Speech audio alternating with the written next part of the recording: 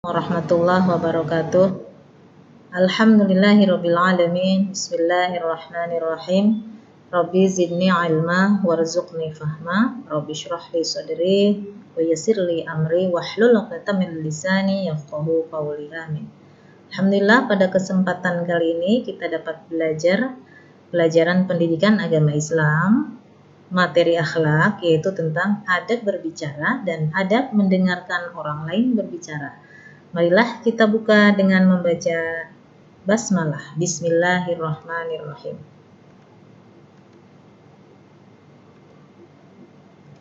Untuk selanjutnya yaitu adab-adab berbicara.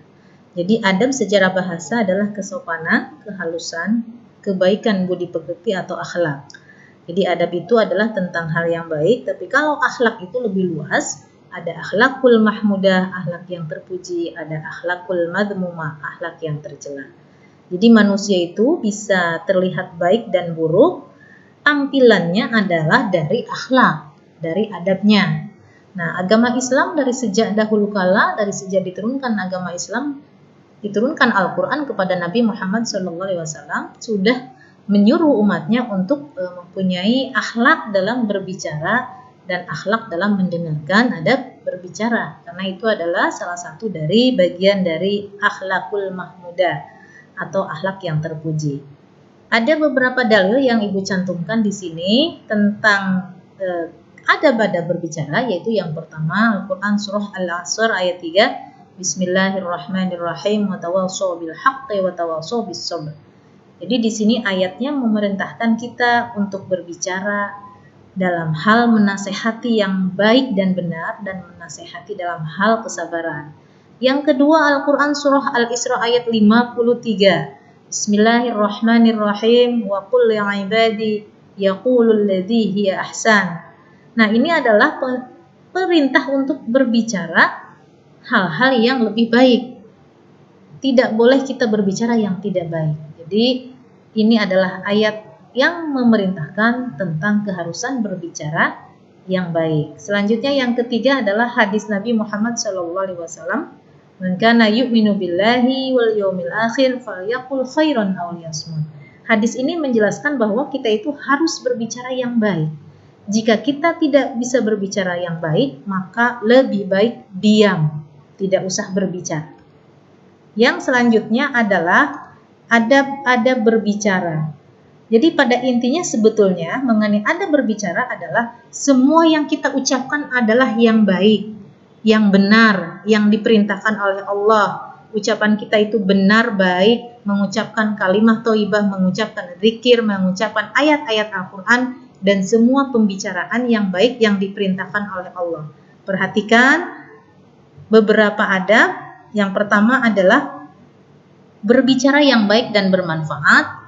Yang kedua, tidak berbicara yang jelek dan tidak bermanfaat, tidak berbohong, tidak membuka aib kekurangan orang lain, tidak menyebarkan berita tidak baik tentang diri sendiri, tidak mencela, tidak mengejek, tidak menyebarkan berita bohong, tidak menyebarkan gosip, berita tidak baik tentang orang lain, tidak berbicara dengan sombong, dan tidak menguasai pembicaraan. Jadi kalau berbicara itu jangan sendiri yang berbicara, orang lain juga harus diberi kesempatan untuk berbicara. Nah, itu ada di nomor 11 ya. Jadi beri kesempatan orang lain untuk berbicara. Kemudian suara juga jangan terlalu keras karena membuat gaduh ya, berisik. Nah, nomor 13 yaitu jika ingin meluruskan kesalahan orang lain, hendaklah dengan cara yang bijaksana. Jangan menyakiti orang lain, jangan menjatuhkan orang lain. Kemudian berbicara sesuai situasi dan kondisi. Bicaranya tenang ya supaya mudah dipahami, jangan terlalu cepat ya. Kemudian berbicaranya tidak mencampur adukan antara satu hal dengan hal yang lain. Bicaralah satu hal, selesai baru ganti topik yang lain.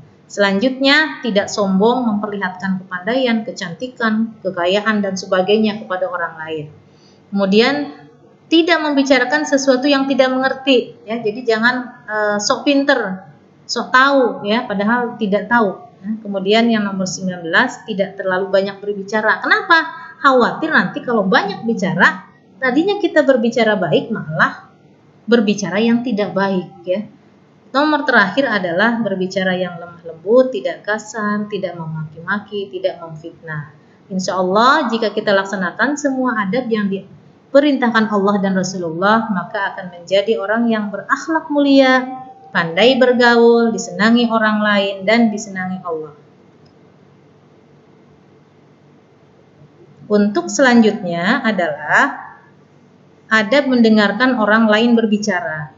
Yang pertama, manusia itu adalah makhluk sosial. Manusia itu adalah makhluk yang membutuhkan kepada orang lain, tidak bisa hidup sendiri. Nah, ada istilah ihtiram yang artinya kita saling menghargai dan saling menghormati sesama manusia. Itulah pentingnya ihtiram, karena kita adalah makhluk sosial. Akan tercipta suatu kedamaian jika kita menghargai dan menghormati sesama manusia. Nah, inilah berikut ada beberapa adab mendengarkan orang lain berbicara. Yang pertama, dengarkan pembicaraan orang lain dengan baik, dengan penuh perhatian.